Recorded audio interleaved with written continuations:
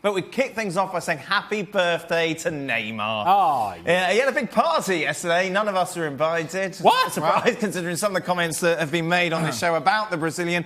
But he was actually quite emotional in his birthday speech. A gente tá junto, moleque, a gente tá junto. Eu mais queria de presente hoje era metatarsal novo.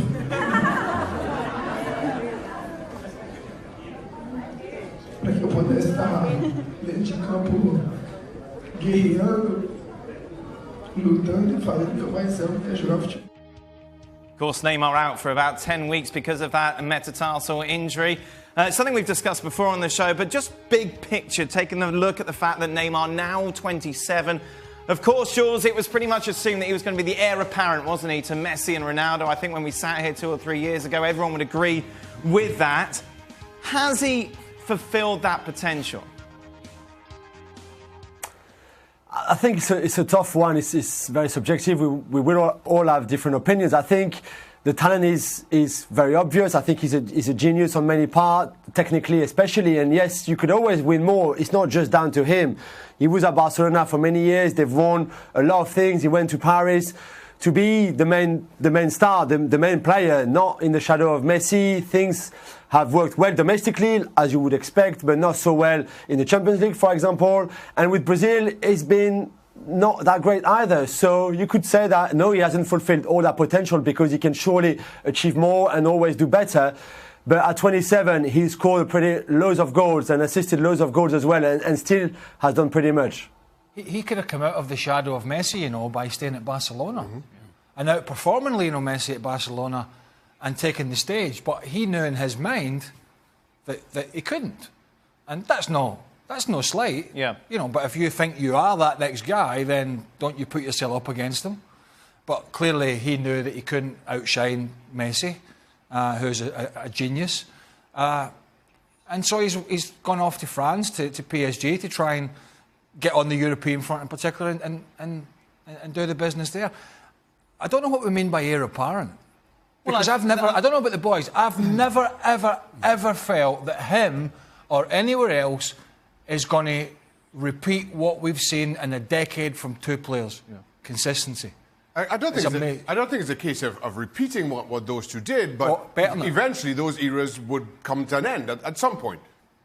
Time says as much.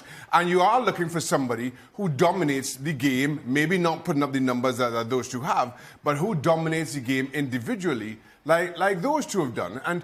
But he's not going to dominate the game like those 2 if he can't put up the numbers like those 2. No, but I'm saying, when you talk about who's the best player in the world, who's always on the short list for the Ballon d'Or, if there's one person you go to win your game, you're thinking Neymar. And I'm talking about this is post Messi and Ronaldo.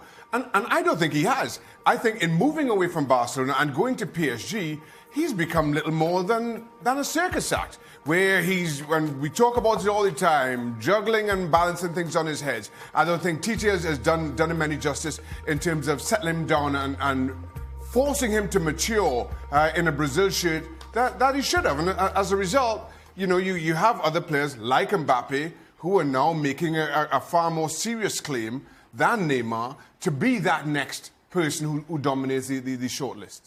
We just saw the numbers then. That's when Ronaldo, Messi and obviously Neymar now at 27, what they achieved. Is this part of the problem? Like, as Craig mentioned, we're kind of comparing him to Messi and Ronaldo, who everyone pretty much agrees are 2 of the greatest, not only of their generation, but ever. It's an incredibly and unrealistically high bar to try to reach if you're Neymar. However, am I the only one that when we saw and we were talking about we were going to discuss Neymar's birthday that thought he's already 27? Yeah, completely. And I just thought to myself, man, time has flown by, and I don't know that he realizes that time has also flown by for him. I know, have you seen Shaka's beard? Well, yes. Time has not been kind. It's receding like my hairline, apparently. Look, I find that Neymar is quickly becoming a story of what might have been with him. And even though those are unrealistic goals when you consider Messi and Ronaldo because of how historically productive they have been, there was a thought that Neymar would be the guy that would carry Brazil to a World Cup. that would carry Brazil to titles, that would carry PSG from being the Ligue 1 champion to being an actual protagonist in Champions League. And it hasn't happened. And so, at that point, you have to think that Neymar, not now, not a couple years from now, but maybe later down the road, in his own life, quietly will think, man, there were some moments there that I could have taken advantage of this God-given talent that I have, and that I did not fully maximize it, regardless of what the expectations were. My own expectations, I don't think I met those expectations. Whenever he realizes that, it's going to be too late. The other side of it is, and I know everybody's different, is the histrionics. The histrionics of the, he's having a birthday party.